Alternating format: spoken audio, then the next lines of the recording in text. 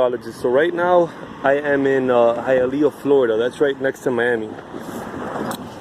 It's actually to the west of Miami, Florida. And in Hialeah, Florida, Miami, at any given railroad crossing, you will find these bags, coconuts, on the train tracks. So I'm going to include a Google Maps link to this location where I'm at so you guys can follow along. And these are the bags that I'm referring to. See right there, you got 1, 2, 3, 4, a couple coconuts, 5, 6, 7, and boom, here is your answer. What's in there? Guess it's a dead chicken. Now, here's another dead chicken. Why are there so many dead chickens at a given railroad crossing in Hialeah, Florida or South Florida? Simple answer. This is voodoo. It's Santeria. Santeria is an Afro Cuban religion where to put a spell on somebody, you go to a voodoo doctor or a babalao, and these people make a killing. They pay they literally make a killing as you can see here. But they literally make a killing, and aside from that, they make a lot of money because people pay thousands of dollars to put a spell on somebody or to put negative vibes. They call it mal de ojo, like an evil eye on somebody.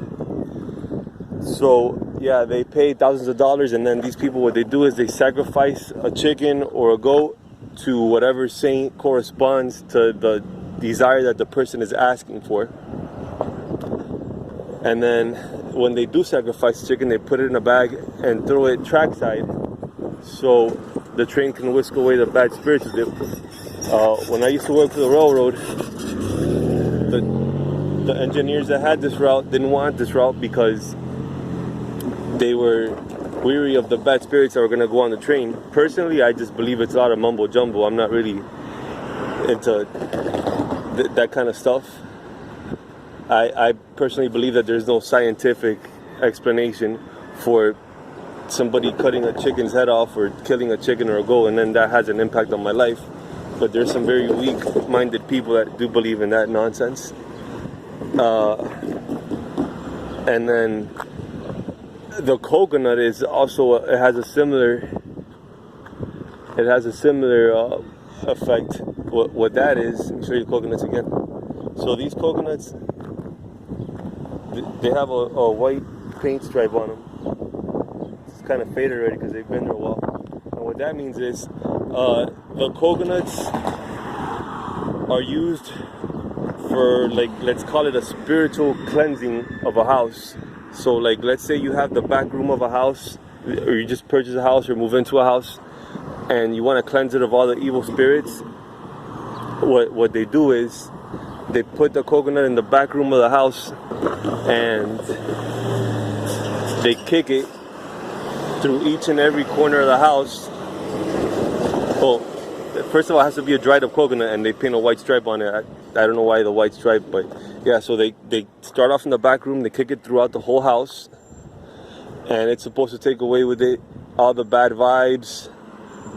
It's supposed to help you with your fidelity for your spouse to remain loyal to you, for good health, etc., etc. Again, I don't believe in this nonsense, but a lot of people do, and there's big money in it. Like, some of these people live in mansions and have nice cars because people pay for this nonsense. So this is just one side of the crossing, right? This is the west side of the crossing, and you saw how many bags you counted here, right? Let me take you to the east side of the crossing so you can see all the more over there. This is pretty, not that busy, but gets spurts of traffic. Okay, so as I said, I'm in East 10th Avenue. There's a relay case. So these are the FEC tracks.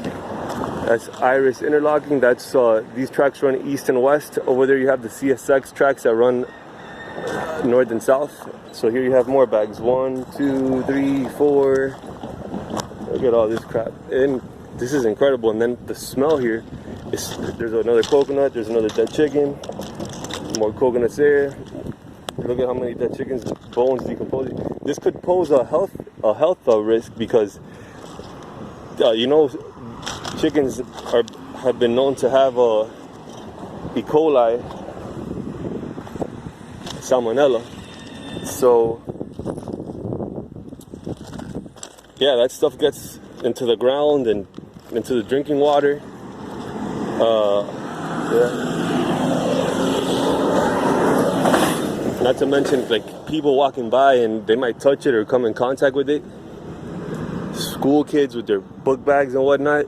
Yeah, it's not a very pleasant thing.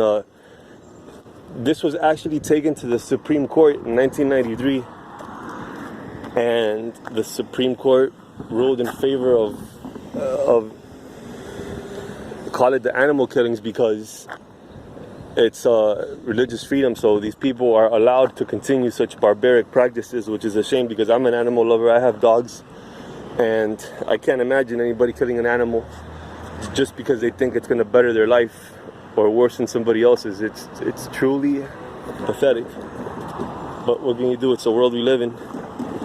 So yeah, guys, I thank you for watching this video. Please subscribe or like. Tell me what you think down below of this barbaric practice. Take care. Bye-bye.